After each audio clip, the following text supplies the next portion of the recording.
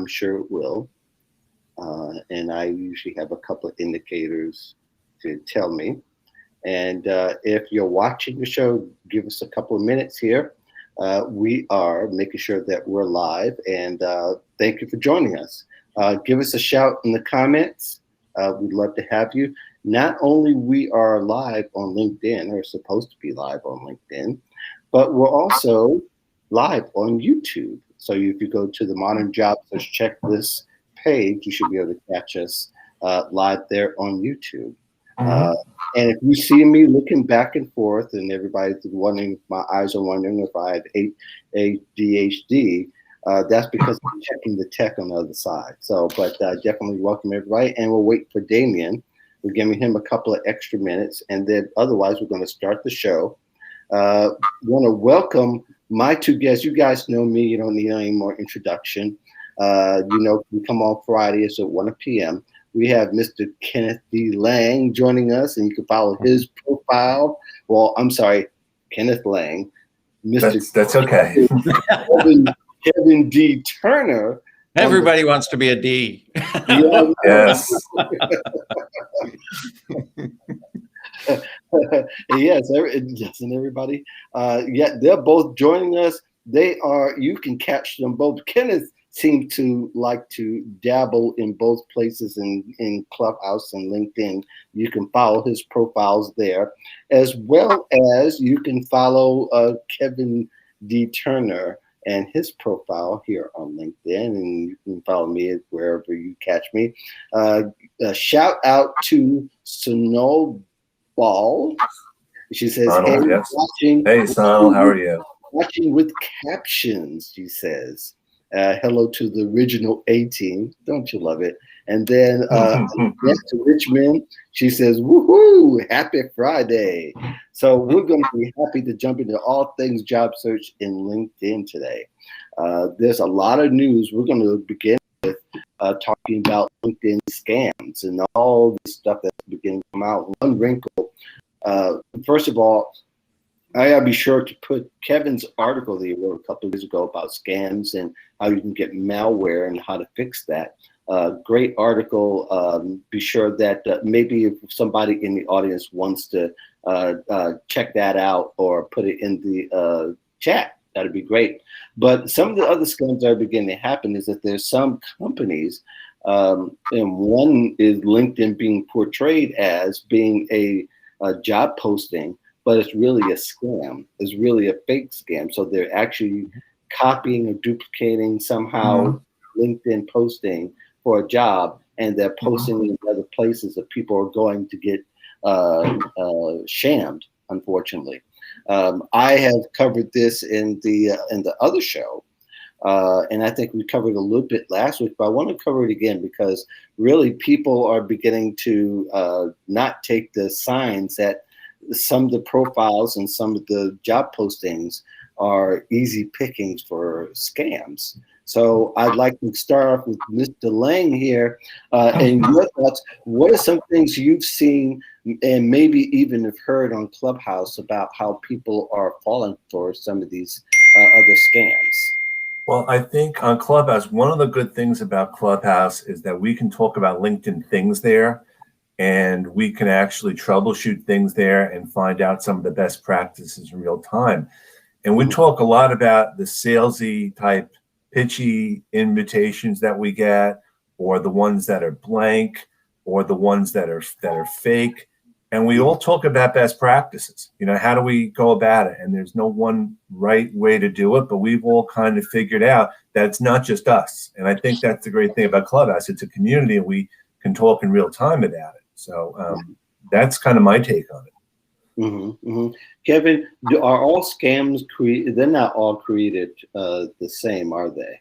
No, I mean, there's many levels from just basically trying to get into your network, to build a relationship with you, to be able to maybe, sell you something from a fake profile. And then it goes all the way down to kind of the really nefarious, hey, please click on this link. Now that I've built a little trust with you, connection, click on this link. And a lot of times they're targeting large corporate entities, people that are on LinkedIn that belong to a big corporate account, because if they can get them to click on it from their work or from their work phone or from their work computer, basically they can gain access to, let's say, IBM's internal systems. And so that's one of the biggest focuses, is they're really looking to get you to do that so that they can get inside, download the right amount of code so that they can basically control your system to access these bigger systems. And it's incredible. And it's as simple as links. Don't click on any links from somebody you really don't know. If it's not your mom, your brother, right? If it's not somebody that you've done business with for 100 years, don't click on the link. You don't have to, right? There's nothing that says you've got to click on that to check it out. And, probably every day I run into 20 or 30 kind of, in-mails even now is what they're using. And they're trying to get you immediately to click on that link. And that's really what it is. And that's what it's about. And they're trying to take control. The other thing that they will do now is, through that access, when you click on that link within LinkedIn, let's say through an in-mail, they can gain access to your account. Normally those in-mails or messages come in on Friday afternoon. LinkedIn Help, believe it or not, takes the weekend off, starting at about 4 o'clock California time. They might have somebody who replies emails, right, or messages back and forth. But technically, the group that investigates things is off till Monday morning. And that's 8 a.m. California time. So they plan this. And basically what they'll do is they will hold your account hostage. They know LinkedIn Help's gone home. They're going to basically then send you an email that says, hey, we've got your account. I know you spent a lot of time. You got 20,000 connections, 15 years of experience on here. $750, you can have it back. You gave them access. They changed the password. They changed the email, and they hold you captive, and you've got to respond. And if you don't, it goes up, right? And finally, Sunday afternoon, when you decide, I'm going to play hardball, I don't care, they delete your account because they don't care. Wow. Kevin, let me ask you a question. The idea of the two-step verification, is that something which is going to be helpful in that situation? Because my account was almost hacked, and I got that notification. Someone's trying to access your account, and they sent me a text message with a code. So is that considered a best practice? That is definitely your best practice right now. Now, the sad part about it, if they've gotten your access through your mobile, if you were doing your LinkedIn work on mobile and you click that link, they also have access to your text. So, if you can, the best thing to do is to use one of the authenticator apps that they have approved. Microsoft has one, IBM has one. There's a bunch of them. Use the authenticator app as opposed to text me it, because if they've, basically gotten into your system through your mobile, and a lot of people use mobile now, they'll get that same text and they'll be able to go right in because they have your security code. So definitely got to have two-step verification on. And then if you can go to the app, take that little extra effort, will make a huge difference in securing you. But absolutely, you're right on it, Kenneth. Well, I got a question for you guys, and Kenneth, I'll start with you. Have you guys used? I find that I look at new profiles. My dirty little secret is to look at them in incognito mode. Is that I'm able to right click, and it'll give me the drop down box, and it says go to link in incognito, or if you're on Internet Explorer is private mode, and I think Firefox is something else, and Safari is something else. All that that once you go to incognito, you can't really click the link to go somewhere. You end up going to a LinkedIn holding space that says for you to go ahead and sign for it. Do you think that kind of strategy would help a little bit as people look at people that they don't know and not familiar with or don't recognize at their profiles as a way to guard against it? I mean, I would say yes, but in terms of what most people do with LinkedIn, I don't know how many people are actually going to go through all those steps. What I usually say, like, I can tell a fake profile from a mile away. I think a lot of us can. a lot of times I look at the picture and I might do a search on Google for the picture and find out that it's been picked up from someone else. There's different ways to do that way. Yep. And then a lot of times also, you can tell from a connection request or a message that it's a boilerplate one. Just because I've gotten the same type of invitations 4 or 5 times in one day. And the only difference basically is that it's coming from a different email address. And that almost makes me think that one person is sending out from 5 different profiles I mean, so I've become very finicky. And it's unfortunate because what happens is I get a lot of connection requests buried with the ones I really want to connect with. So my inbox, even if I have to take the time to basically just delete them. Yeah. I've been followed by the same accounts with the same pictures and same name, but the spelling is just slightly different. They changed one part of the spelling of the name or another. And it's like, I got 3 of the same person, same picture, and the same name, but different spellings to follow me. That should be a tip off too. But a lot of people don't explore LinkedIn, like you said, like that, or go through all the steps. I don't think it's that hard because to me, it's just 1 or 2 extra steps. But I know people tend to lean towards convenience and simplicity more than being always discerning. Kevin, did you want to have adding to that? Well, I absolutely agree with you, and I think we do need to become more diligent. I always liken LinkedIn accounts like burner phones for perps, right? They're free. You can get as many as you want. They're really not that hard to get past what LinkedIn puts out there to control how many profiles you can open up. And the way LinkedIn does it right now is they lock it to a phone number. There are some phone number generators out there that you can get that you can have eternal phone numbers, so you can set up as many LinkedIn profiles as you like. That's their way to get rid of them at the beginning, and then they hope their AI picks them up later, and it never does. But again, it's cheap and dirty, right? You can set that profile up really fast. They're doing it so fast that often they'll capitalize like the first letter in the first name, but not the first letter in the last name. They'll, misspell things that are really important. If I'm a manager, I'm not a manger, right? There's all these little things that you can tell because of the speed of setting them up. I got to get 100 of these going today. They're sloppy, right? They use the same pictures. They use the same, as Ken, you said, the same templates, right? You get in there and you look at the activities, and the activities are always, hey, great, looks good, this is fantastic. There's never any substance to them.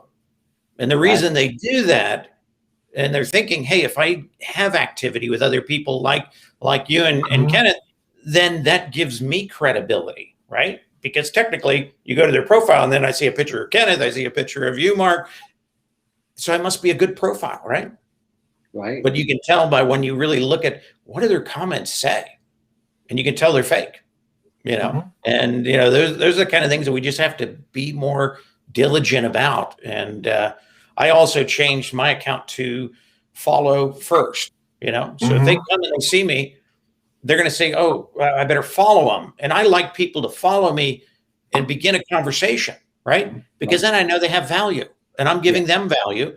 And if we do that long enough, I might go to their profile and invite them, or they may just say, hey, look, we've been doing this back and forth now for a couple of months. Let's connect. And I'm good with that too, because I have enough information to say, yes, if I get an invite and I don't know the individual, they've never engaged with me, they don't follow me, I basically will ignore it. I don't, hit the, I don't know, I just get rid of it because I think some people just do it the wrong way. But I think it's really important to, not take it right at face value. And you can even send them a message back. Hey, why don't you follow me for a while? Let's build a relationship before we exchange, details and connectivity. And I think most people respond really well to it. Yeah, I think people do tend to, if they're not really invested, they're not going to be as vigilant about the trends and things that we see. One of the things that's great about LinkedIn is that if you can, find trending topics pretty easy for the most part, no matter what network that you're a part of. because there's LinkedIn kind of make sure that their own contents get eyes on first, as opposed to, and plus they also set the trends many times on what we all talk about. Here's Damien. Finally, hey, Damien. Glad you're able to join us.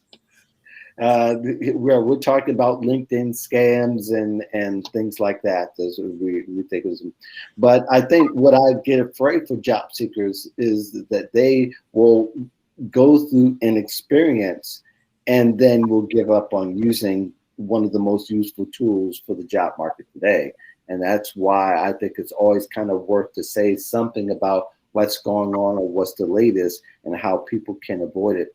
Damien, you want to add a little bit to the discussion about the kind of, if you've seen scams, whether it's jobs or different ways that LinkedIn users are luring other LinkedIn users to, to be abused, so to speak. I think the thing that surprised me the most in terms of reading the article is how easy it is to be fooled if you're not a regular user of LinkedIn. And that it explained to me, and it's something that I need to share with everyone at Professionals in Transition, because we have had people whose identity have been compromised, and they couldn't figure out how it was done. And I'm willing to bet it was through LinkedIn, and they didn't even know it. And the other thing that I thought was really good about the article is it just didn't tell you about the problem. It told you how to fix the problem. The other concern that I have is, until I saw the article, I don't remember seeing a lot, at least in my LinkedIn community, much talk about how you can get spoofed and have your identity stolen. And I think the less experience that you have with LinkedIn, the greater the likelihood is that you could get spammed or spoofed. I think people are generally careless, and I think they're careless, and not just in the fact that the way they look at LinkedIn, but the way they access their computers and the lack of security software. Not using a VPN these days, I think, is a greater risk. But that's a whole nother discussion we could save for another time. Yeah. But even your phone is, as Kevin has mentioned, it is vulnerable. It makes it very vulnerable for people to get a hold of your private information, especially when you go to places like hotels and Starbucks, where the security is very limited as far as your computer. Now, in their household, of course, their own household, they're going to protect that general network, but that doesn't mean your specific computer is going to be all that protected. So I think that's something to really consider when you talk about the big picture. Agreed. So if anybody else want to add anything to that discussion before we move on? Well, the only thing I would say is, and this is a number that's always tossed around, is the number of millions of users on LinkedIn. And I really have to wonder how many actual users there are. And I'm not talking about whether you're engaged in the platform, but how many real people are there. Because because it's basically, if you think about it, it's like a file with all the email addresses of all the things as opposed to people. So you could have multiple email addresses, but it's not how many actual people are on the platform. So just as an FYI, I mean, it's always good to take certain numbers at face value and just realize that there may be more to it than what's being promoted. And Kenneth, you're right on it. Anybody who sets up an account, and I've had two in my life, I forgot my login and password on the first one. The second one, I joined again in February of 2005, and they couldn't combine them. And then we finally were able to later. But I have two member numbers, at one point. They merged them to one, but they only count the issuance of a member number. So if you go and sign up today, you will get a number that'll be 756,891, whatever it is, right? You get that number. That's what they count when they say how many members on LinkedIn. Mm-hmm. If you think of just about the amount of people who passed in the last year as members are gone. Right. Numbers, are not always growing on LinkedIn, but they're counting every single person who's ever joined in, whether you had 2 accounts, 1 account, combine them, whether you were one of the, what they said, 30 million fake profiles that they've caught, right? Those are all still in those numbers. And then it goes down to, you take that, and then how many are really active? Right. In that sense, I know many people who set them up and you end up talking to them as clients and you're like, yeah, I set it up 10 years ago and I haven't touched it. Yeah. Now I need to update. And you're like, yeah, you do. But you bring up a good point. It's like, yes, you do. But it's fascinating because that's how the majority, I think, of LinkedIn is. I think it's only a small percentage, 5-6% that really use it every day, all the time, like it has, or it can be used. And it's got a huge advantage if you do. Oh, think about it also. We've been on social media now 20 plus years, and a lot of people are no longer around, and their profiles are there. It's a fact of life. And so that's part of the digital footprint that I don't know the best way around it. It's the same with multiple people that have email addresses that have since left their platforms or forgot about them. Right. So it's just about taking all the numbers, for what they're worth. Yeah. I think I would say even maybe there might be like less than 10% use it daily, but I think a lot of the people who have memberships and have large organizations would say about 20% actually drives the actual car, and the other 80% are on for the ride. I really think that perhaps it wouldn't hurt to really find out what the real numbers are and how people can move forward, and making sure that they are able to get a hold of and be in contact and watch the right person's content, because content is what drives this platform, period.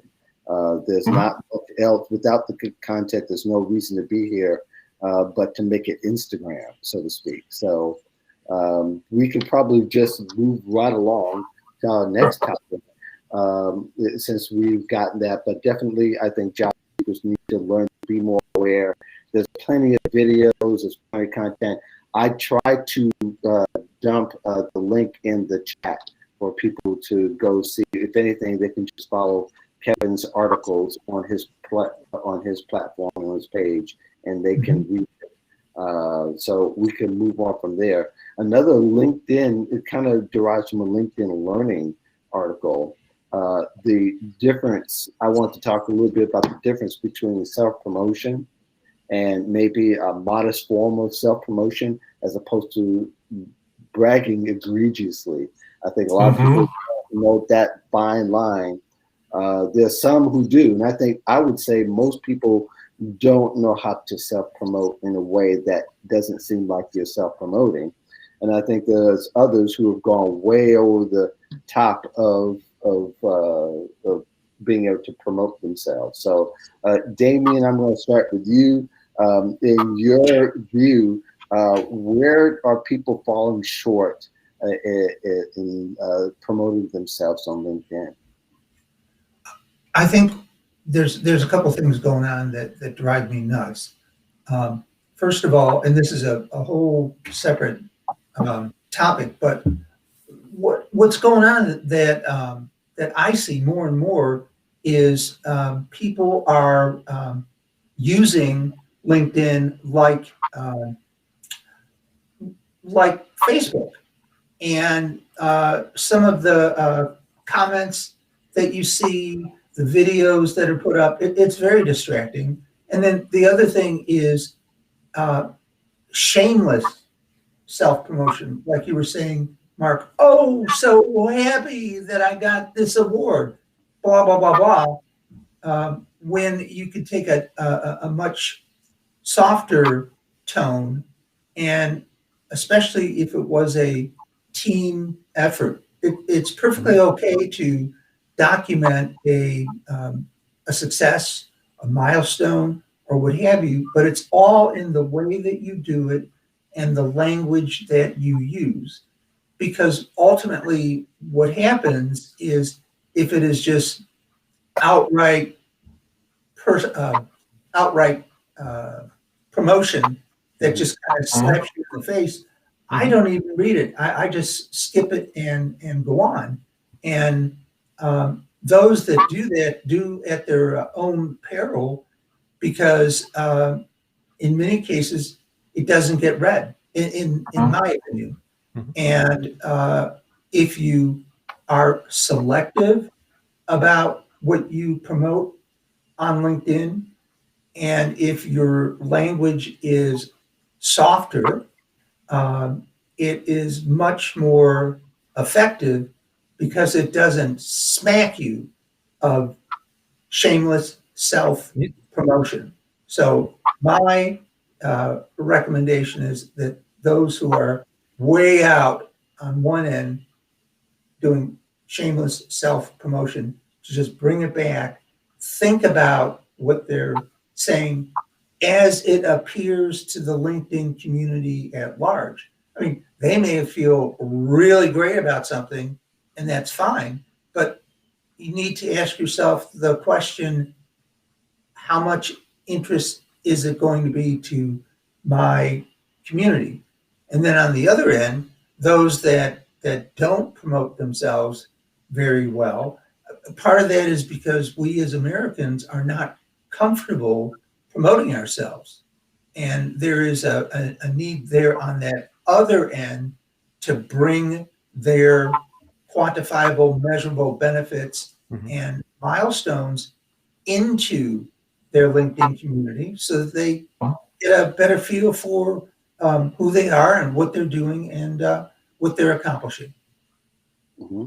Kenneth, what your take on it? Well, there's different types of self-promotion that I really abhor. You know, the one thing is when you have these pods or these groups where you have 20, 30 something people, and they all get together and they all agree to share each other's posts, maybe the same time every day or something like that. And those absolutely drive me crazy. But the other thing, which I don't see as much of now, but I saw it maybe about a month or two ago, and then it's gone away, is people put up a post and then they ask people to like the post or follow people on the post as the right thing to do, kind of like a chain letter almost is the best way. And that's, you know, it's a LinkedIn chain letter. And that what they're doing at the beginning is the first promotion is, I have 10,000 followers. I love my network so much. Why don't you know, this is my ability. I want to bring my network together. So let's all follow each other. Now let's, you know, again, it's ridiculous, but people, I don't think necessarily understand in some cases where they've been given bad advice as to what it is, because again, it takes time to build a network and to build a trusted network. And it's for me, it's a quality versus a quantity thing. I don't care that I don't have millions of followers. I don't care. I want to engage. And I think that's people are so much in a rush.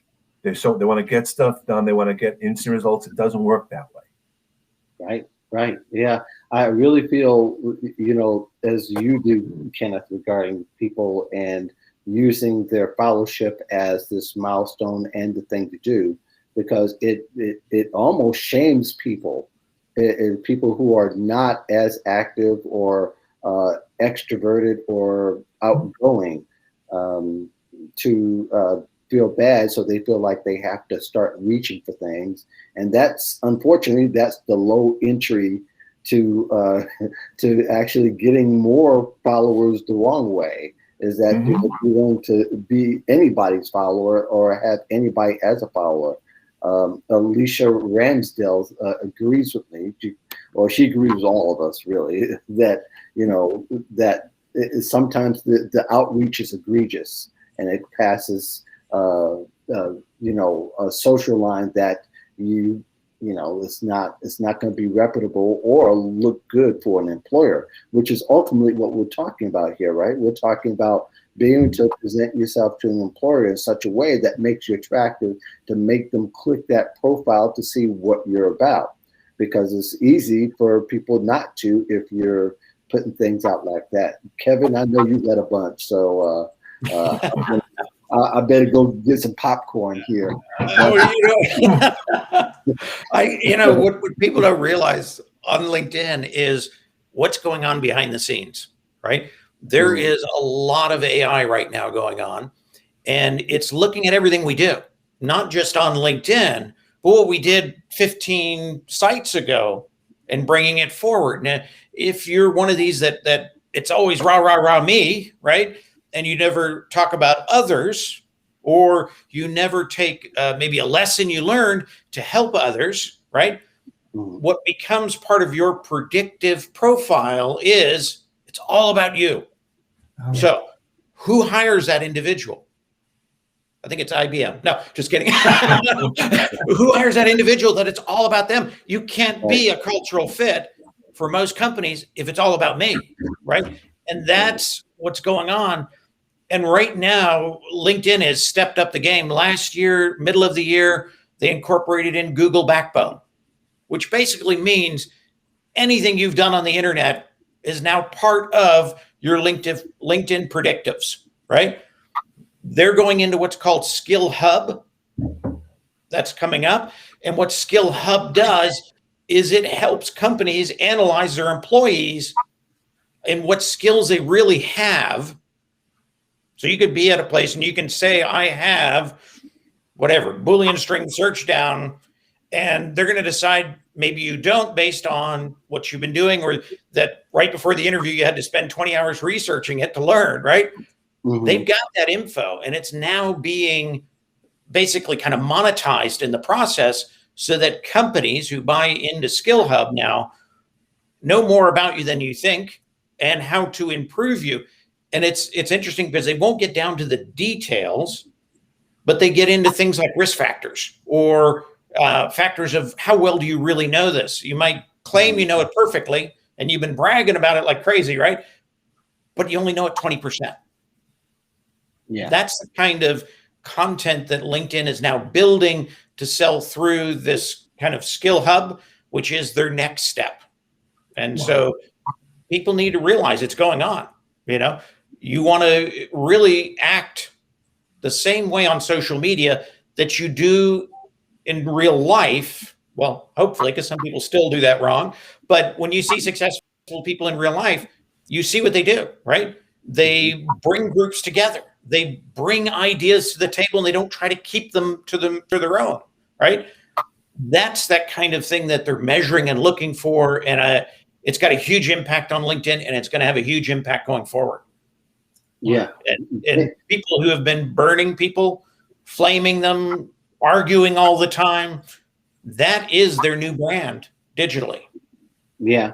Yeah. And I think Damien has said in other places that, the line is definitely a lot grayer now between what's online and what's in person. And in fact, you are who you say you are.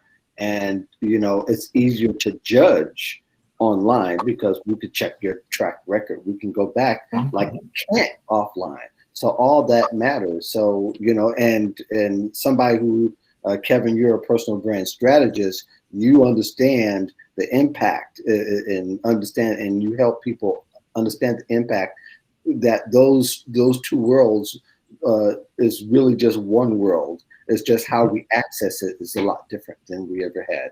Damien, did you want to add on to that? The only thing that I'd like to add is, more and more when you're job searching, you're doing it horizontally. And what I mean by that is if your resume does not echo your LinkedIn profile, and if any other place where you interface and provide information for others to review, including Facebook and various others, if it is not consistent, then it's going to cause HR managers to think twice and in many cases stop. The example that I use is that my My cousin was the director for a college program down here in the South, and they would line up students for interviewing with major companies. And he said, without a doubt, they'd have 30 students ready to go and come in. And then the day of the interview, 16 would be crossed out. And that was because they looked great on paper, resume, grades, etc. But then they would go to their Facebook and various others and cross them out because it really revealed the type of person they were outside of the walls of school, and it ended the interview. And he said that happened all the time.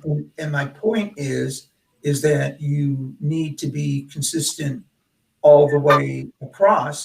And LinkedIn is, if you use it properly, is a hour by hour revelation of who you are professionally. And if people misuse it, it's gonna show. And be careful. Be careful. Be professional. Is what I would say in 4 words. Yeah, Kenneth, I think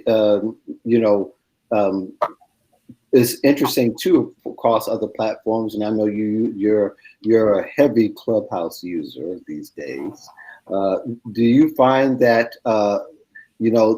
that people on Clubhouse aren't the same as they are on LinkedIn?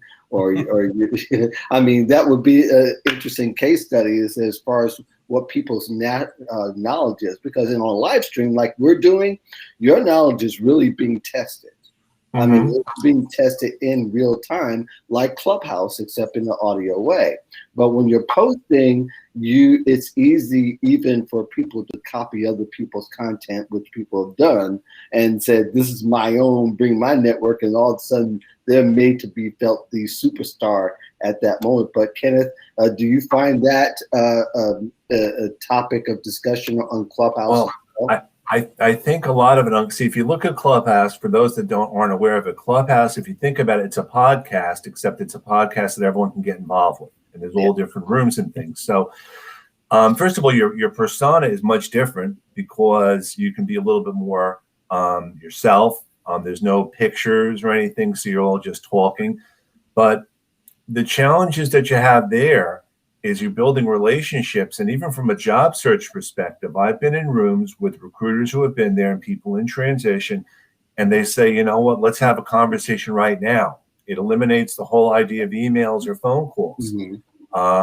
It can be a little bit overwhelming, but someone like myself and others, we learn about these things because it's a best practice to learn about it. I mean, the more you know in this world about any platform, the better. It's not that, there's no one place. Even I know nothing about TikTok, honestly, but I would probably be thinking if I was of a certain age and I want to look at my TikTok, profile, to think about that from a searchability standpoint too, because I'm always learning about things, and I think it's important to look at it from that perspective. I mean, Clubhouse is a great place to go and have a conversation. But like anything else, it's about finding a job through all different ways, whether it's LinkedIn or networking or Clubhouse. And you want to be able to respond and communicate to people, and really have a thought as to what you're going to do. Yeah, I really find that, first of all, going back to some of what Damien said earlier, is people are bragging about often very wrong things, and people who really need to brag need to start promoting themselves to get started, worry about the lines later. I'm guilty of what Damien said earlier. I do throw out my awards out there sometimes, but I don't consider I do. I say, yes, I won Dork of the Year. Hey, it's something, right? But all that to be said, I think not all self-promotion is created the same and needs to have some context. And I think that's the fine line between bragging egregiously and self-promotion. And I know people say, well, you need to brag about yourself and brag about yourself. Again, it's like, people who claim to have this insight knowledge because they cracked the algorithm so to speak, kind of thing, is very much misleading unless you're on the inside, like let's say Andrew Seaman, who works for LinkedIn. He might be able to say logically, but that he cracked the LinkedIn algorithm. But if you're on the outside and you're teaching other people to do the same thing you did, it leads them around a long path, and then that becomes a career issue. But for to even Net says, what about humble bragging? Yep. Humble bragging is fine if it's humble. I think that's the first rule of order. It has to be humble. And, I think everybody, it goes back to what I was about to give an example, is that there needs to be context. And if you're humble bragging, one of the things people won't feel that you're doing is that you're overreaching, that when you're stating facts, that's a humble brag to me. And especially if it's plausible, that's a humble brag. Once you begin to get in some other territories that you can't carry offline, that becomes a problem. And I think as well is that the way you present yourself throughout other platforms is also very interesting, how people will have different personalities on Twitter than they do on LinkedIn. And I'm like, what? And I think that what brings an employer, a red flag to an employer, is that you're, and I'm not talking about bragging in itself, but what you say in the context and the content of what you say, if those two aren't matching, that's what any discerning person would be able to gather. It doesn't take a genius, but all that to say that, if people aren't providing context, or they're saying that they're better than somebody else in their bragging, and they're bragging about that's where I think everybody goes, well, I don't know. And, it becomes a problem. Kenneth, do you find any fault in what I just said? No. And I think it also stems from people have a lack of self-confidence in themselves, and they feel they have to say something to kind of make themselves come across a certain way. There's nothing wrong with sharing an accomplishment, but again, like you said, it's in the context of sharing it. What is the benefit to sharing? Well, congratulations, I had 15 people at an event today. That's great. I mean, someone else may have 100, someone may have 5, but what's the point of posting something like that up unless there's something to be gained by it? I think you really want to think about it, and your brand is you. And, we all do humble bragging to some extent in life. I mean, I'm not acknowledging not to do it, but think about the persona on a platform like LinkedIn. You want to put your best foot forward, and you don't, if you shouldn't have to humble brag. I mean, I'm the first person to say, if I don't know the answer to something, I'm not going to bluff my way and act like I do, because that you're more genuine in being honest. And I think that's a trait that doesn't happen as much. I see humble bragging all the time, and I just kind of ignore it because I can see through it, and hopefully others do too. Yeah, but it doesn't hurt to cheer for somebody who's accomplished something. I think ultimately, and there's nothing wrong with it. Like I said, I'm guilty of saying that I won this award, but I tried to include other people, and I tried to make it as less about me as I possibly can.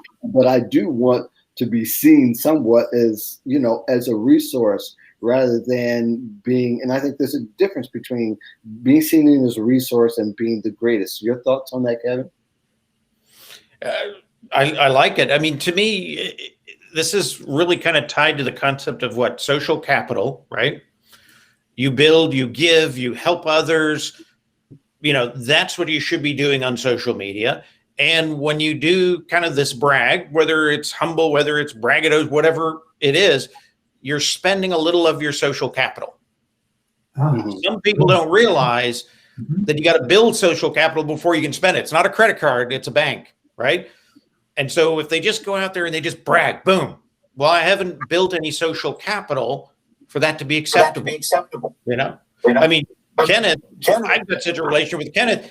He could say anything, and I would be so excited for him, even if they made him the king of America. right? I'd be fired up because he built the social capital to be able to do that. And that's what people don't realize. They think, oh, I haven't been on LinkedIn in 21 days, and I just got this great award. I'm going to go out there and boom, I'm going to throw it in everybody's face, and everybody's going to think I'm just an incredible whatever salesperson, marketing person.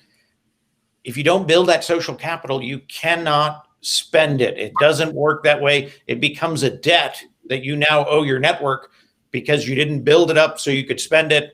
You spent something you didn't have. Yeah. And people need to realize that. And to me, social capital, the best social capital, right, is based in the gold standard of sharing, caring, and reciprocity. If you can pull that off, you can get those brags in, and they're going to have great impact. And people are going to say, hey, if you need somebody who can do Clubhouse, talk to Kenneth. He gets to brag a little bit, but it makes sense, and it becomes a powerful asset to him because he has earned the ability to do it. And that's what people forget. I would go further, and I would say in a case like that, I would thank Kevin or whoever else for making that suggestion, maybe not specifically to the entire network, because you want to be appreciative and you want to show gratitude. It's not a one-way street. I appreciate my network. I appreciate people, and I'm sincere about it, because without my network, without other people, I would just be one person writing stuff on LinkedIn. So you want to show that gratitude in everything you do, for sure. Absolutely. Yeah, I find that when you've been helpful, and you've been helpful a lot, that's your social capital bank, so to speak. Yeah. That you've been helpful, and you've been a whole lot more helpful than you have anything else, and that people consider you a resource. It's going to be easy because, like I said, I'm going to cheer for you. I'm going to be glad for you, no matter what the recognition is. I think people think that it's all about them. And I think people also tend to use their bragging as a way to eventually leverage something, leverage, being that they'll be able to teach other people how to break the algorithm and all that kind of thing. And even though that might be true and it might even be legit, but again, as a job seeker, you're trying to present yourself in a positive light, an employer. And if it's true, you got to ask, will the employer find benefit and value in that kind of way? It's sort of like you can't sell yourself as the ultimate salesman, but yet you still have to go and work for somebody else and appear positive in that sense. I think there needs to be that right kind of balance that's right there for you. Any other comments from you, Damien? Your thoughts? My thought is, at least when I do humble bragging or whatever you want to call it, I always ask myself, what is the intent? Why are you going to make this post? And I always try to see it through the eyes of my LinkedIn community.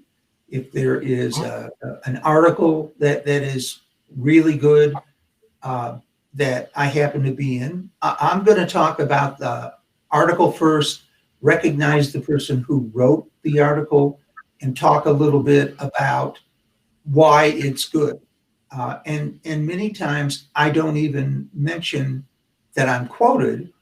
And sometimes I do, sometimes I don't. But the intent of this it's great information, and that it is worth your time to spend the 2 or 3 or 5 minutes reading the article. Because there's really only 2 types of people, online and in person. When you walk into a room or post on LinkedIn, there is the majority of people that say, here I am.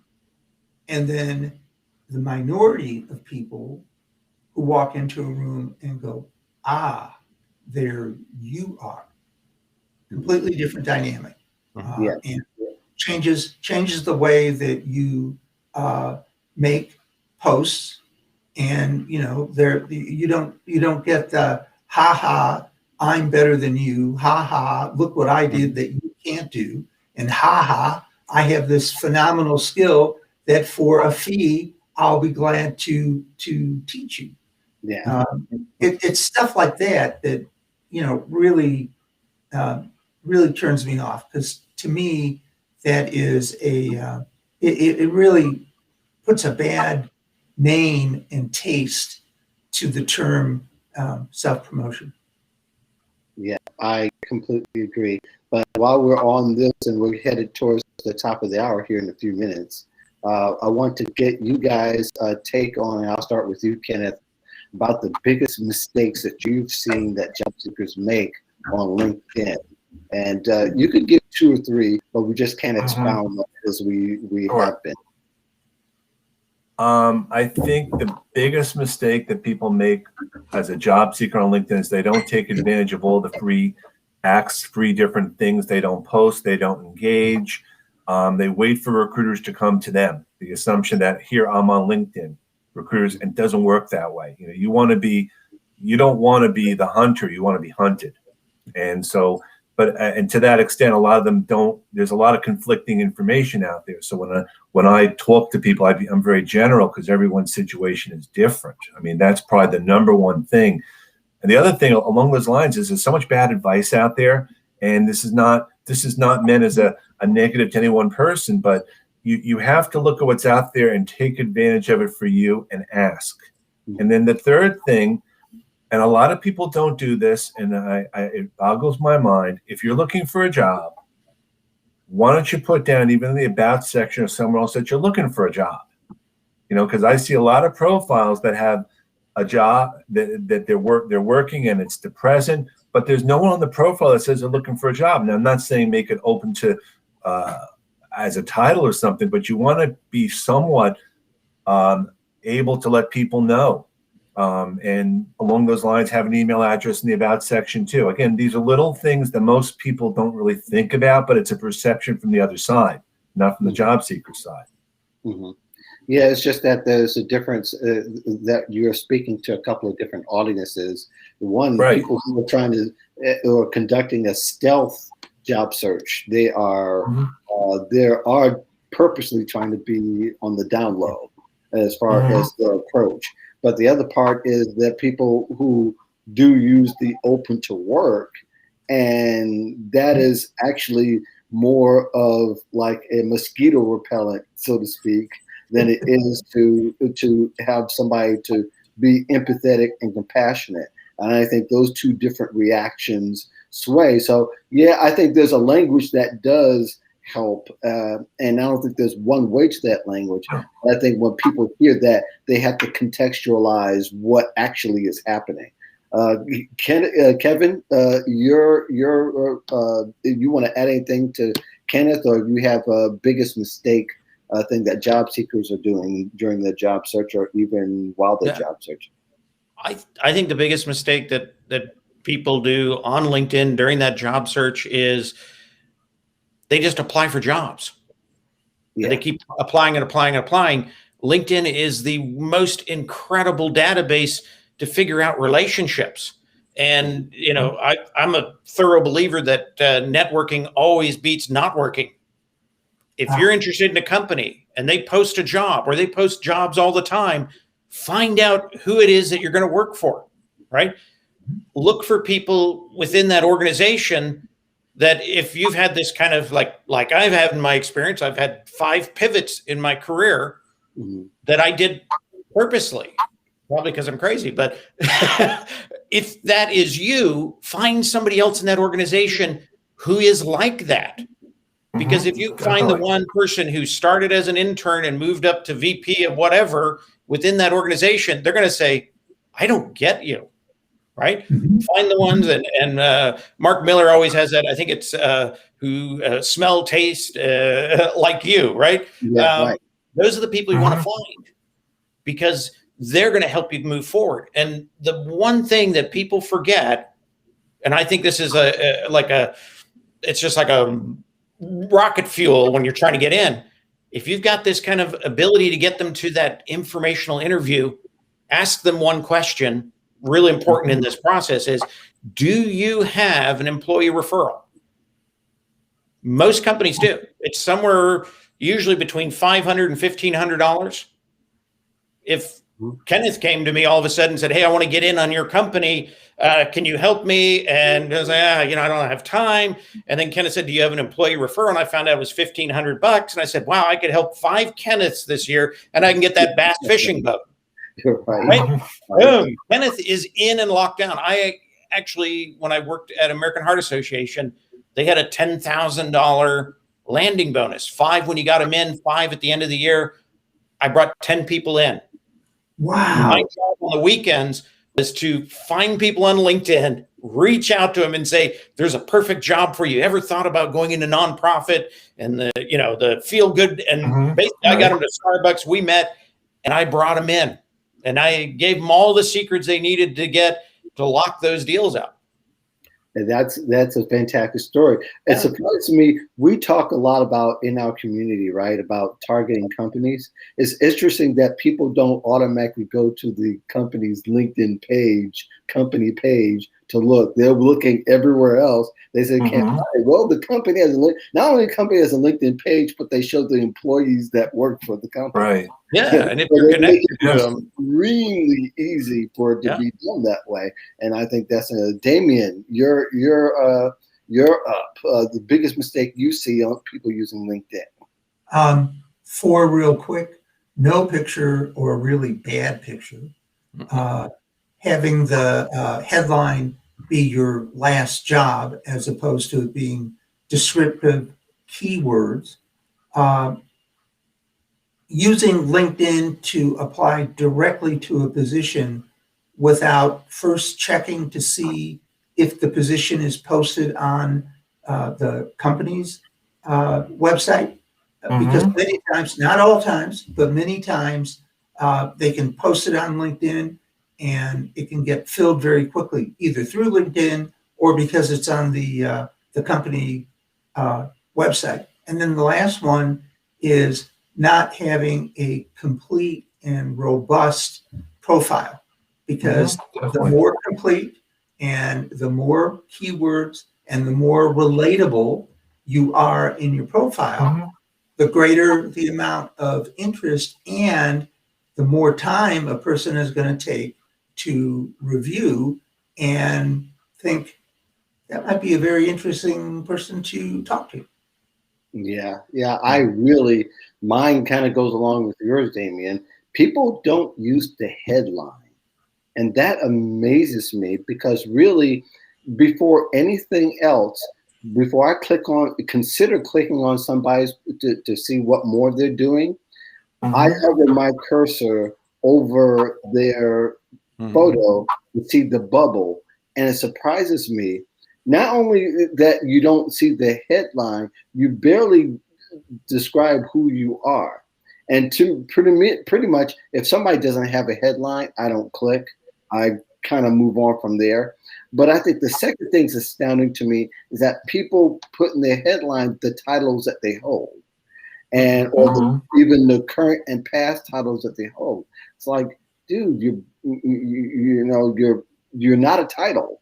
And I think I've written an article about that not even that long ago, about how people are just saying, well, I'm this, and we're all supposed to get it. Now, if you tell me the value you offer or how you excel, or maybe that you're an award-winning photojournalist, that says a lot. That might interest me. But if you just say, I like photos, I work at IBM, and all different titles without having anything substantive to work with, then I'm not going to be interested. And that's why a lot of people they miss out on that opportunity. But also they miss out that opportunity on the side of your LinkedIn page. It says people also viewed. You can look through there to see how you measure up in LinkedIn's algorithm, who is like you. If you're finding that everybody on that panel is aligned with you in what you do for a living and the value, then you're on the right track. But if you find that there's somebody is a ringmaster along with that, then there might be something wrong with that. So I think all those opportunities, like you said, for keywords, Damien, I kind of go along with you, but I think the headline is really, really important. I would say even the headline might be a little bit more important for at least to get people started than the about section. That's a whole other ball of wax that we can go into, but because of time, we won't. So real quick, gentlemen, is there anything you guys got coming up really important that people should know about, starting with Mr. Lang? Well, I'm the next thing I'm going to be doing, actually, I mean, I have my weekly LinkedIn Lunch and Learns. They're at 1 o'clock every Tuesday. And I know that Kevin's going to be on there with Jeff Young, hopefully, on the 18th. What I'll do is anyone who's interested, I'll definitely be able to reach out to you. But above all, I just enjoy paying it forward and talking to people and sharing my knowledge. So I appreciate the opportunity to mention my event. And thanks a lot for having me. Great to have you. Glad we have you. Kevin, your turn. What you got coming up? Anything important? Nothing to share here in that sense, but love to see more people, collaborate with more people. Follow me. I'll even follow you. And let's build a relationship. That's why we're all here. That's the goal within this platform. Yeah, absolutely. Damien, what you got coming up next? There's a article that's coming out in the Chicago Tribune through Tribune Services, and we'll have our regular Thursday meeting of professionals in transition on Zoom at 7 o'clock. You can get to it through our website, which is jobsearching.org.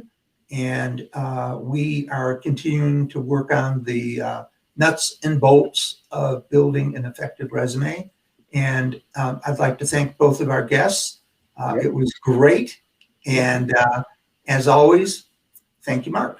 Yeah, well, fantastic show. Thank you all. You can always catch me on Wednesdays, Fridays at this time in pretty much the same spot.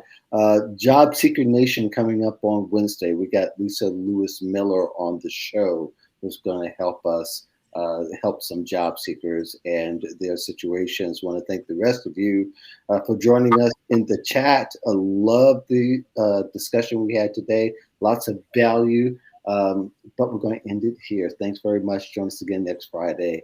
Have a great weekend, everyone. Take care.